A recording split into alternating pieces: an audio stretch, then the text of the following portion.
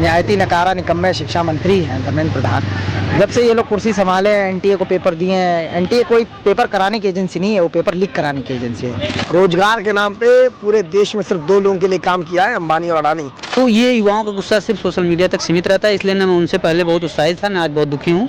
हाँ, ये है कि ऐसे चलते रहेंगे और कुछ होना आवाना नहीं है, इनका भी ऐसे ही रहेंगे और बहुत बड़ी बात नहीं इन पे। मैं शकल देखना चाहता था माननीय चीफ जस्टिस ऑफ इंडिया की, जो आज स्वयं अपने आप को शीशे में देखे होंगे तो उनको समझ में आ गया होगा कि कौन कॉकरोच है और किन कॉकरोचों की क्या हैसियत है। तो निश्चित तौर पर 27 चुनाव में इनको खामियाजा भुगतना पड़ेगा। 27 में यहाँ से सत्ता से जाएंगे और 29 में पूरे देश से भाजपा का नामो निशान खत्म हो जाएगा। तो सरकार जिस हिसाब से शासन चला रही है, अपनी दमनकारी नीतियों की वजह से वो लगातार घेरे में है, लोगों को पूरी तरीके से 10 साल से ज़्यादा बेवकूफ़ बना चुकी है। आज अगर कोई बेरोजगारी पे बात कर रहा है, पेपर लीक पे बात कर रहा है, महंगाई पे बात कर रहा है, तो वो हमारे देश की राजनीति के लिए सकारात्मक रूप है। चेयरमैन था, उसको आप अब एग्रीकल्चर मिनिस्ट्री में सेक्रेटरी पद दे दिए। ये बताइए, तो डिमोशन नहीं है, प्रमोशन है मानेंगे हम तो इसको? हाँ, डिमोशन थोड़ी इसको कहा जाता है या कार्रवाई थोड़ी कही जाती है, तो मजाक बना रखे हैं। नमस्कार, आप देख रहे हैं स्वराज पावर और आपके साथ मैं काजल अवस्थी। दोस्तों, हाल ही में अभी बनी पार्टी कॉकरोच जनता पार्टी, जो कि एक दिन में बनती है, रातों रात इतना तेजी के साथ वायरल हो जाती है, सोशल मीडिया पर ट्रेंड हो जाता है। हर प्लेटफॉर्म पर सोशल मीडिया के फॉलोअर्स यूथ जो है ज़्यादा संख्या में उसको फॉलो करने लगते हैं। जो आज तक राजनीतिक दल की पार्टियां नहीं कर पाई, इतनी जल्दी से अपने फॉलोअर्स नहीं बढ़ा पाई, वहीं पर कॉकरोच जनता पार्टी ने तेजी के साथ में अपने फॉलोअर्स पा लिए। यूथ जल्दी से आकर के कॉकरोच जनता पार्टी के साथ जुड़ गए। आज हम यहीं पर राजधानी लखनऊ में यहाँ की जनता से बात करेंगे और जानेंगे कि जिस तरीके से जो कॉकरोच जनता पार्टी बनी है, इसको लेकर के राजधानी लखनऊ का जो युवा है वो क्या सोचता है। इस तरीके से हाल ही में बनी कॉकरोच जनता पार्टी सोशल मीडिया पर ट्रेंड कर गई, क्या कहते हैं उसको? आप एक युवा हैं, किस नज़र से देखते हैं उस पार्टी को? देखिए, सरकार जिस हिसाब से शासन चला रही है, अपनी दमनकारी नीतियों की वजह से वो लगातार घेरे में है, लोगों को पूरी तरीके से 10 साल से ज़्यादा बेवकूफ़ बना चुकी है। और युवाओं पे जिस हिसाब से वादा करके सत्ता में आए थे, जो छल किया इन्होंने युवाओं के साथ, ये कोई छुपी बात नहीं है।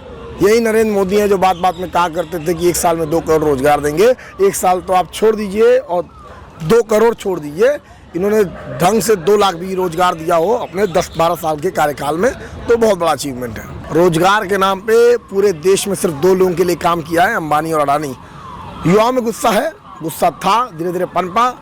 शुरुआत में तो युवा इनके बहलावे फुसलावे में चलते रहे, लेकिन लगातार आप देखेंगे जिस हिसाब से पेपर लीक होते रहे, जंतर मंतर पर भी बैठे हुए हैं, शिक्षा महंगी होती गई, तो लोग तो आक्रोशित हैं। आज जो धरना हुआ सरकार के विरोध में हुआ और जो एक व्यापक समर्थन सोशल मीडिया पे आया कॉकरोच जनता पार्टी के रूप में, ये एक बहुत बड़ा, सबसे पहली बात तो आज मैं शकल देखना चाहता था माननीय चीफ जस्टिस ऑफ इंडिया की, जो आज स्वयं अपने आप को शीशे में देखे होंगे तो उनको समझ में आ गया होगा कि कौन कॉकरोच है और किन कॉकरोचों की क्या हैसियत है।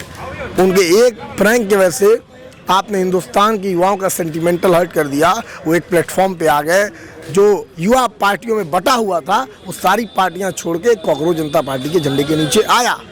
Cockroach Janata party not is the only independent party ना, कि मतलब एक व्यक्ति की पार्टी हो, कहने के लिए आप कह सकते हैं उनकी है, लेकिन एक युवाओं के इमोशन की पार्टी है ये कॉकरोच जनता पार्टी। और वो इमोशन आज ग्राउंड पे उतरा, दिखा। हाँ, उस व्यापक रूप में उतरा जिस हिसाब से उतरना चाहिए था। जिस तरीके से लोगों का आरोप है और लोग इस तरीके के आरोप भी लगा रहे हैं कॉकरोच जनता पार्टी को लेकर के कि जो कॉकरोच जनता पार्टी है वो कहीं ना कहीं कांग्रेस से मिली है या अंदल से मिली हुई है, आपको क्या लगता है? देखिए, ये सब फालतू की बातें हैं और कांग्रेस का भी तो मुद्दा यही है ना, वही ऑपोजिशन में है। ऑपोजिशन का काम एक है या विपक्ष का भी काम एक है, और मिली भगत क्या है मैं कह रहा हूँ। और मैं कह रहा हूँ मिली भी है तो क्या गलत कह रही है? मतलब बात तो देश हित की उठ रही है, बात तो युवाओं की उठाई जा रही है, बात तो रोजगार का है, बात तो पेपर लीक का है, तो मिलने मिलाने का मामला ही खत्म कर दीजिए आप। बीजेपी डर गई है, सहम गई है, उनको मालूम है कि युवा इनकी विपरीत धारा में बह रहा है।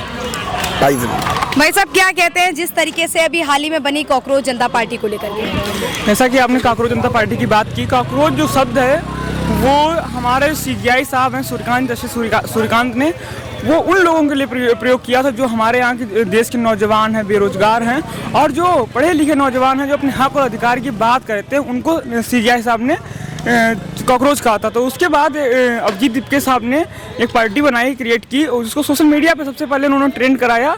उसके बाद आज उसके तत्वाधान में जंतर मंतर पे प्रोटेस्ट हुआ, जिसमें मुझे लगता है एक अच्छी खासी संख्या भी आई और युवाओं की बात हुई। कॉकरोच जनता पार्टी जो है वो एक मुझे लगता है क्रांति का नाम है। अगर समय के साथ और उसके मुद्दों पे अगर देखा जाए, जैसे पेपर लीक, बेरोजगारी, महंगाई जैसे मुद्दों पे वर्तमान में वो बात करना एक बड़ी बात है। जिस प्रकार से आज की पॉलिटिक्स, कम्युनल पॉलिटिक्स की ओर मुड़ी है 2014 के बाद, जब से भारतीय जनता पार्टी की सरकार आई है, तो उसके बाद कम्युनल पॉलिटिक्स के बाद मुड़ने के बाद आज अगर कोई बेरोजगारी पे बात कर रहा है, पेपर लीक पे बात कर रहा है, महंगाई पे बात कर रहा है, तो वो हमारे देश की राजनीति के लिए सकारात्मक रूप है। भाई साहब, पेपर लीक को लेकर के क्या कुछ कहते हैं आप? देखिए, बहुत दुर्भाग्यपूर्ण है कि जिस प्रकार से पेपर लीक लगातार 2014 से आप देख रही है भाजपा की सरकार जो है, और इनके जो निहायती नकारा निकम्मे शिक्षा मंत्री हैं धर्मेंद्र प्रधान, जब से ये लोग कुर्सी संभाले हैं, एनटीए को पेपर दिए हैं। एनटीए कोई पेपर कराने की एजेंसी नहीं है, वो पेपर लीक कराने की एजेंसी है। पहले बात तो ये है। और दूसरी बात ये है कि भाई नैतिकता नाम की चीज़ ख़त्म हो गई है। धर्मेंद्र प्रधान से इस्तीफा मांगा जा रहा है, हज़ारों करोड़ों युवा जो है बेरोज़गार घूम रहा है, पेपर लीक हो जा रहा है, तमाम एजेंसी भ्रष्ट है, तमाम आप बताइए सीबीएसई का जो चेयरमैन था उसको आप एग्रीकल्चर मिनिस्ट्री में सेक्रेटरी पद दे दिए। ये बताइए, तो डिमोशन नहीं है, प्रमोशन है मानेंगे हम तो इसको?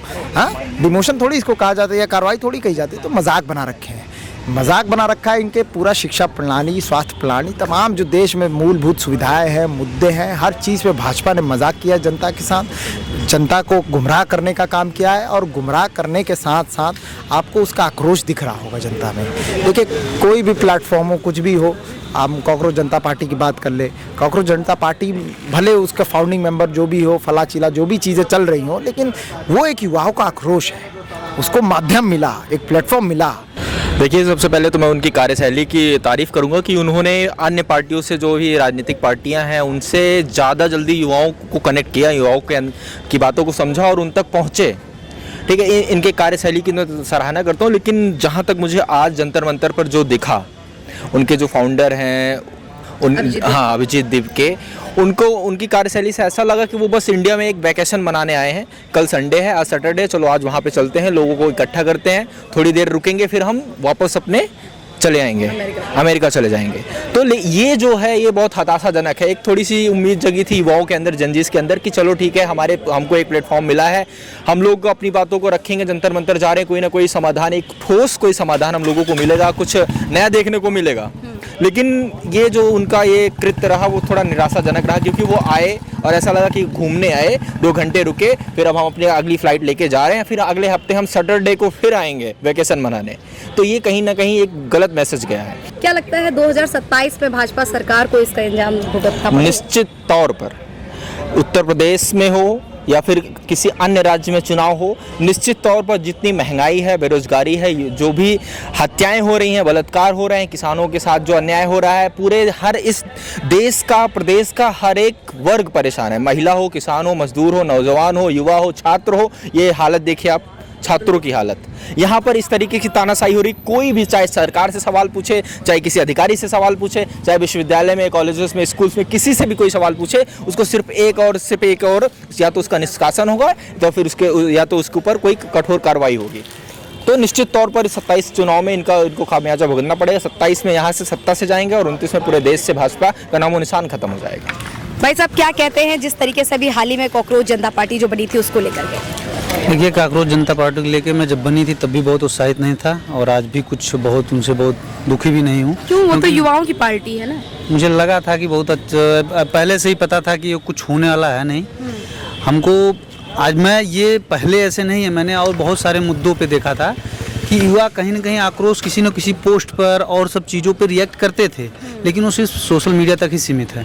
अगर उनसे आप जब ज़मीन पे आके और बड़े सवाल पूछने लगेंगे तब वो कहेंगे कि नहीं, मुझसे राजनीति से नहीं मतलब है। अरे भाई, उस देश में पलते हो जहाँ पर तुम्हारा खाना, तुम्हारा पढ़ना, तुम्हारा चलना, तुम क्या बोलोगे, सब राजनीति तय करती है। उसके बाद भी तुम कहते हो मुझसे राजनीति से नहीं मतलब है, मैं राजनीति नहीं करूँगा। और फिर जब ये बात हो गई कि एक यूनिक नाम मिल गया जिसकी वजह से इतने लोग जुड़ गए, और नहीं तो बहुत सारे मुद्दे रहे। अब देखिए, विश्वविद्यालय में यहाँ पे बैठे हुए छात्र हैं, इनके मुद्दे पे कोई नहीं जुड़ रहा है। यही विश्वविद्यालय के जंजी हैं, जबकि इसके साथ गलत हुआ।